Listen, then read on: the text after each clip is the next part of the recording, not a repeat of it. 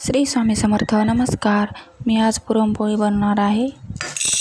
त्यासाठी एक डब्बा भरून डाळ घेतलेली आहे. मी डाळ आता स्वच्छ अशी धुवून घेणार आहे.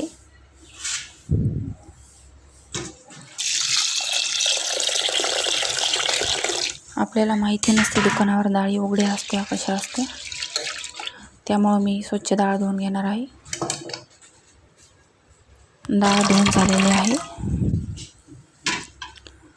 आता पाणी घालून सनी कुकर लावून घेत आहे. आता ठेवूया शिजायला शेगडीवर. 3 शिट्ट्या झाल्या की डाळ अशी छान शिजते.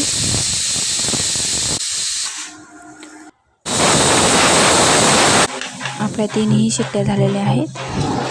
बघूया कशी शिजली.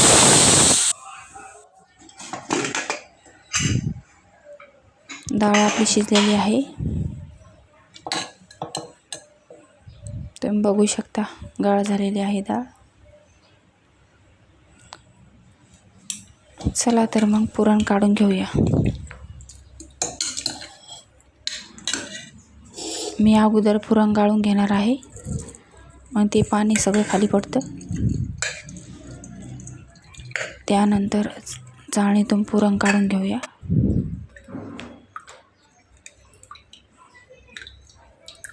असं पाणी निघतं खाली. आता काढूया पुरण. बरोबर असं पुरण काढून घेत आहे.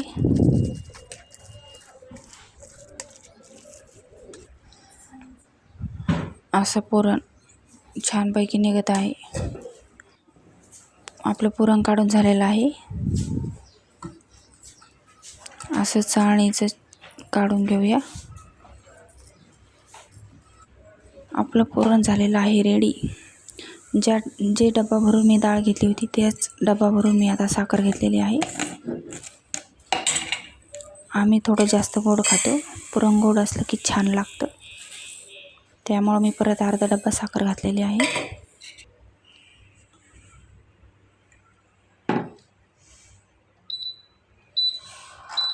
चला तर ठेवूया शेगडीवर आणि करूया गरम. छानपैकी मिक्स करून घेत आहे.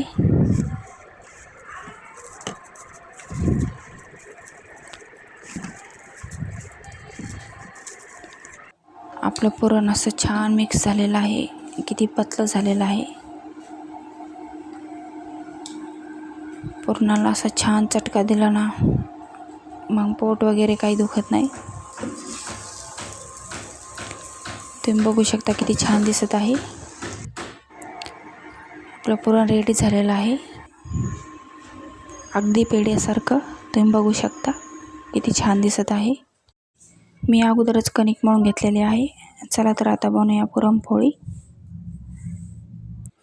उंडा असा जास्त घटही नाही आणि जास्त पातळाही नाही असा बनवायचा. पुरणपोळी छान येते. मग उंड्यात घालूया पुरण आणि बनवूया पोळी. पुरण असं जास्त घालायचं भरपूर, मग पोळी छान लागते खायला. इलायची टाकल्यावर तर आणखीन भारी लागते, पण माझ्याकडं नव्हती त्यामुळे मी टाकली नाही. पोळी लाटून झालेली आहे. थोडंसं तेल लावून घेऊया, मग तव्याला चिटकत नाही. तवा थोडा जास्त गरम झालेला आहे आणि पुरण पण गरमच होतं, पण व्हिडिओसाठी मी गरम पुरणाच्याच पोळ्या बनवत आहे. छान आलेली आहे पोळी. असं तेल सोडायचं. टम फुगलेली आहे. भारी दिसत आहे.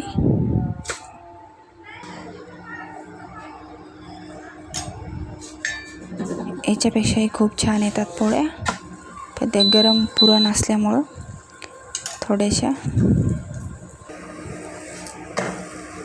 आपल्या साध्या पोळीपेक्षा पुरणपोळीला तेल थोडं जास्तच लावावं लागतं, तेव्हा ती अशी छान लागते खायला.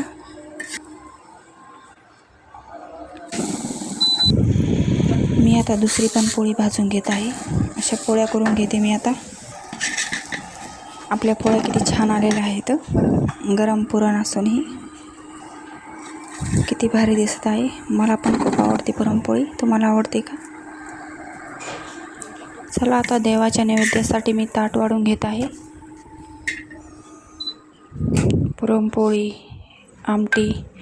मी आमटीचा पण व्हिडिओ टाकलेला आहे, नक्की जाऊन बघा.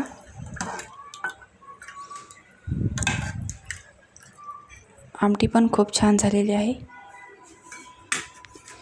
कान्हाट्या,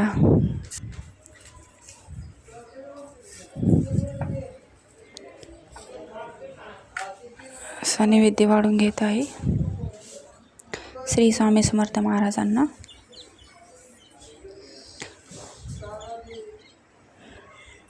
तर ही मी अशी पुरणपोळी बनवली.